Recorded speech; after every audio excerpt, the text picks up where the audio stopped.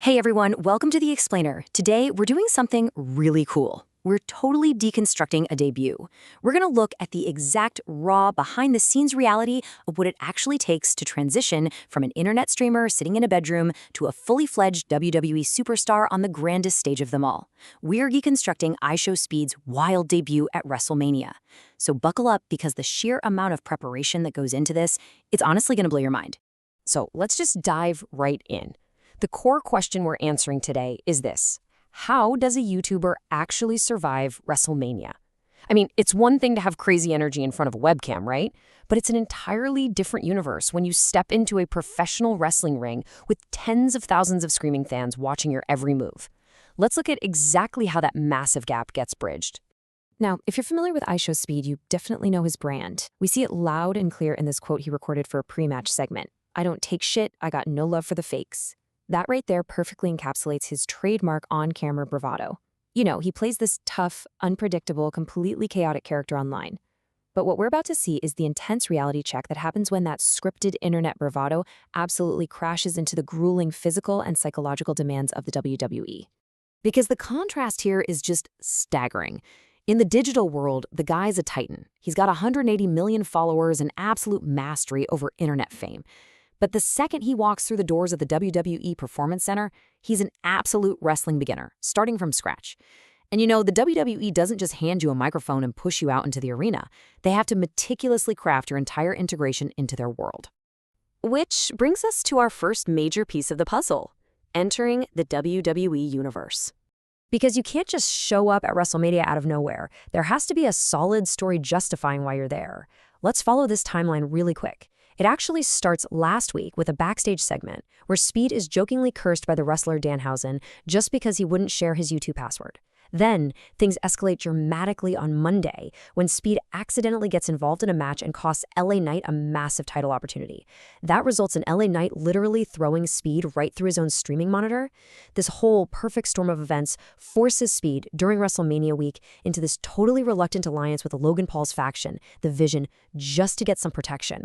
So the really crucial point here is how this specific storyline dictates his entire performance. The WWE producers actually had to sit Speed down and explicitly explain his character's exact motivation. They told him, "You're here to make amends. You cost him a title." They essentially directed him to act like a fan who just accidentally messed up big time. When LA Knight approaches him, Speed's instruction isn't to put up a fight. It's to panic, slide into the ring, and just try to get away from him. It's this incredibly precise psychological direction, designed to make the live broadcast look completely naturally chaotic.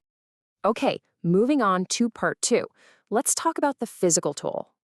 Taking a bump, which is basically just pro wrestling speak for falling down safely, involves incredibly precise mechanics. The coaches had to drill this step by step with him. Step 1, push away from your opponent. Step 2, tuck your chin. And this part is absolutely vital so your head doesn't snap back into the mat.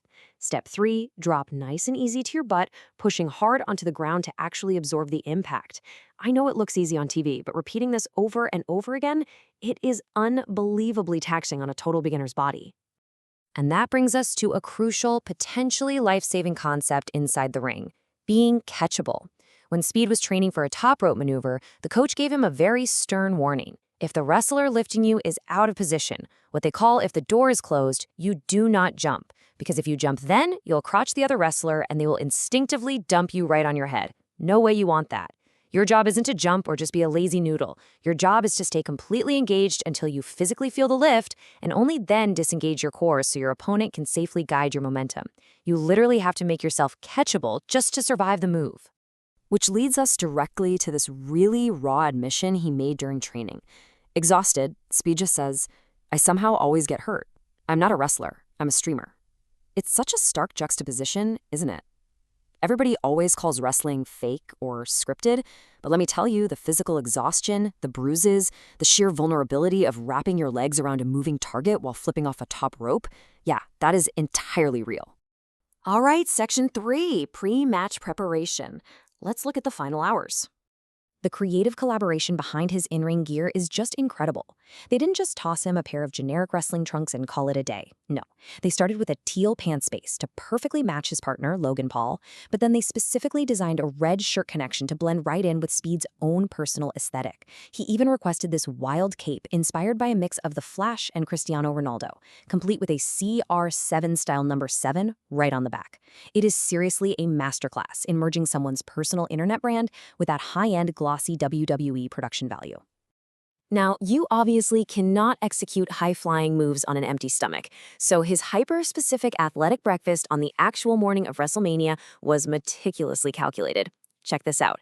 Feta cheese, 6 egg whites for pure protein, carne asada, half an avocado for those healthy fats, refried beans, and exactly 1 single pancake just to ensure he had the carbohydrate energy needed for the ring. Literally every single calorie is calculated to fuel a grueling physical performance like this. But hey, physical fuel is just one part of the equation. Mental fuel is a whole other beast. As the countdown hits that 45-minute mark, we really have to ask, how do you even prepare for the biggest stage in wrestling? How does an absolute novice calm his nerves when he knows he's about to perform live for millions of people all around the world? Well, the answer, surprisingly enough, is tied to this staggering number, $200,000. Backstage, literally just moments before the match, his tag team partner Logan Paul presented Speed with an incredibly high-value motivational gift. It was a pristine, graded 9.0 Volume 1 of the One Piece manga. And the reason this mattered so much to him goes really deep. Speed explained it himself, saying, "When I started watching One Piece, it started to get like motivation." He actually shared that during the darkest depths of quarantine, when he was really dealing with depression, this anime literally helped save his life by giving him drive and purpose again. So the WWE and Logan Paul used this deeply personal, highly emotional anchor to ground him and completely focus his energy right before he had to step through that curtain. And that brings us to our final section, the WrestleMania payoff. Out in the ring, the chaotic narrative unfolded perfectly, exactly according to plan. First, Speed hits his huge high spot, a massive frog splash right off the top rope, totally accompanied by his signature Suey chant. But then, of course, comes the twist, the planned betrayal. Logan Paul purposefully shoves an unsuspecting Speed directly into the waiting hands of LA Knight. Speed takes the massive fall, gets pinned, and is defeated. I mean, it looked like utter unscripted chaos on television, but as we know now, every single beat was meticulously orchestrated and executed completely safely. Sitting backstage afterward, his body completely sore while watching the footage back, Speed captured the entire journey so perfectly. He said, "Playing SmackDown 2008 on the PS2 as a kid, to being in WrestleMania. I did it today. All those grueling physical tolls, the intense coaching sessions, and the terrifying leaps of faith, they all culminated in an 8-year-old's wildest dream actually being realized on the biggest stage imaginable." Which leaves us with this final, kind of provocative thought to ponder. Where exactly is the line between internet spectacle and professional athletics these days? Today, we saw a streamer with zero prior experience use his massive digital influence to step right into a WWE ring. But at the end of the day, he still had to bleed, sweat, and train like a true athlete to survive the brutal reality of the performance. The lines are blurring way faster than ever before.